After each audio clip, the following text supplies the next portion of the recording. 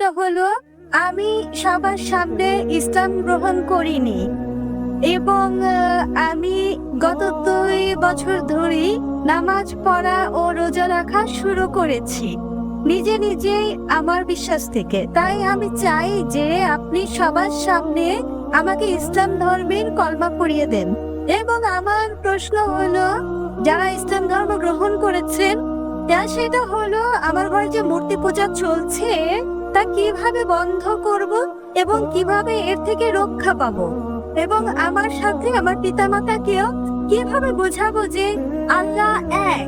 বোন মাশাআল্লাহ 2 বছর থেকে ইসলাম পালন করে আসছেন, জি আর তিনি বিশ্বাস করেন যে ইসলাম সঠিক ধর্ম এবং তিনি ইসলাম ধর্ম গ্রহণ করতে চান। বোন, আমি আপনাকে জিজ্ঞেস করতে চাই যে কোনো মানুষ কি আপনার সাথে জোরদস্তি করছে ইসলাম কবুল করার জন্য? জি না। আপনার উপর কোনো প্রকার চাপ আছে? না। আপনি কি নিজের মন থেকে কবুল করতে চান? জি। আপনি কি মানেন যে খোদা এক? জি। আপনি কি মানেন যে খোদা ছাড়া আর কারো ইবাদত করা উচিত নয়? জি। আপনি কি মানেন যে মোহাম্মদ সাল্লাল্লাহু আলাইহি সাল্লাম এই খোদার শেষ পয়গম্বর? জি। নিঃসন্দেহে। আপনি চান যে আমি সবার সামনে আপনাকে কলমা পড়াই? ইনশাআল্লাহ আমি আরবিতে বলবো, আপনিও আমার সাথে বলেন। জি। আশহাদু আশহাদু আল্লাহ আল্লাহ ইলাহা ইলাহা ইল্লাল্লাহ ইল্লাল্লাহ ওয়া আশহাদু ওয়া আশহাদু আন্না আন্না মুহাম্মাদান মুহাম্মাদান আবদুহু আবদুহু ওয়া রাসূলুহু। ওয়া রাসূলুহু। আমি সাক্ষ্য দিচ্ছি আমি সাক্ষ্য দিচ্ছি যে যে আল্লাহ আল্লাহ ব্যতীত ব্যতীত আর কোনো মাবুদ নেই আর কোনো মাবুদ নেই এবং মুহাম্মদ সাল্লাল্লাহু সাল্লাল্লাহু আলাইহি ওয়াসাল্লাম আলাইহি ওয়াসাল্লাম তার বান্দা এবং রাসূল। মাশাআল্লাহ, আপনি মুসলিম হয়ে গেছেন। জি, ধন্যবাদ।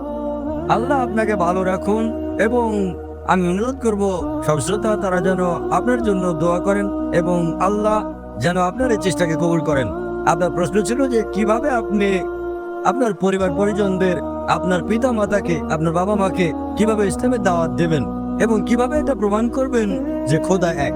সবার প্রথমে যেভাবে আমি বক্তৃতা দিয়েছি, যেহেতু আপনি একটা মহারাষ্ট্রীয় পরিবার থেকে এসেছেন, সুতরাং আপনি হিন্দু পরিবার থেকে এসেছেন। যদি আপনি আমার ক্যাসেট শুনেন, Similarities between Islam and Hinduism.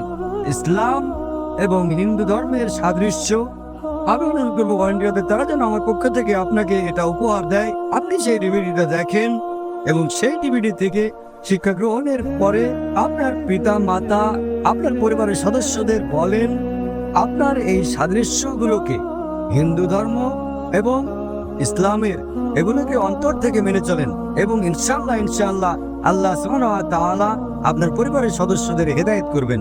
আপনার কাছে আমার অনুরোধ, যেহেতু আপনি ইসলাম ধর্ম গ্রহণ করেছেন, এখন আপনি আপনার পরিবারের লোকজনকে এটা বোঝান যে আপনি আরো বেশি ভালো মানুষ হয়ে গেছেন।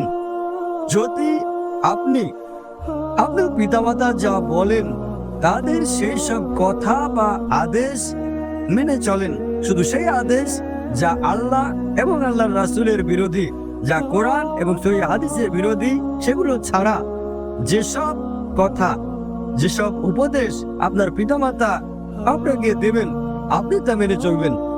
তারা যেন এটা বুঝতে পারেন যে আমার মেয়ে ইসলাম ধর্ম গ্রহণ করে এখন আমাকে আরো বেশি ভালোবাসে, সে আমার কথা আরো বেশি বেশি পালন করে, তার আমার প্রতি আন্তরিকতা আরো বেড়ে গেছে।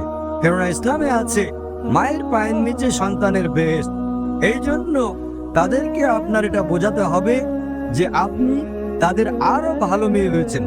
শুধু সে আদেশগুলো, কিছু আদেশ যদি তারা দেয় যেগুলো কোরআন সহিহ হাদিসের বিরোধী হয়, সেগুলো ছাড়া তাদের সব আদেশ আপনি মেনে চলবেন। সেগুলো আপনার জন্য যত কঠিনই হোক। উদাহরণস্বরূপ, আপনি পছন্দ করেন হলুদ রঙের জামা, তারা বললেন নীল রং পরো, আপনি নীল রং করবেন, কেননা নীল রঙের কাপড় পরা ইসলামে হারাম নয়। একইভাবে যেসব কথা আপনার পিতামাতা আপনাকে বলবেন, আপনি তাদের আরো ভালোবাসবেন, আপনি তাদের আরো যত্ন করবেন। এভাবে ওনারা যেন এটা বুঝতে পারেন যে এই নতুন দিন, এই নতুন ধর্ম ব্যবস্থা যা আপনি গ্রহণ করেছেন, এতে বলা হয়েছে যে নিজের পিতা মাতার সেবা করো। যেভাবে পবিত্র কোরআন মাজিদে বলা হয়েছে সূরা ইসরা সূরা নম্বর 17 17-তে আয়াত নম্বর 23 ও 24, যে আল্লাহ সুবহানাহু ওয়া তাআলার ইবাদত করার পর আপনার উচিত নিজের পিতামাতাকে ভালোবাসা। এবং যদি দুজনের মধ্যে একজন অথবা উভয়ই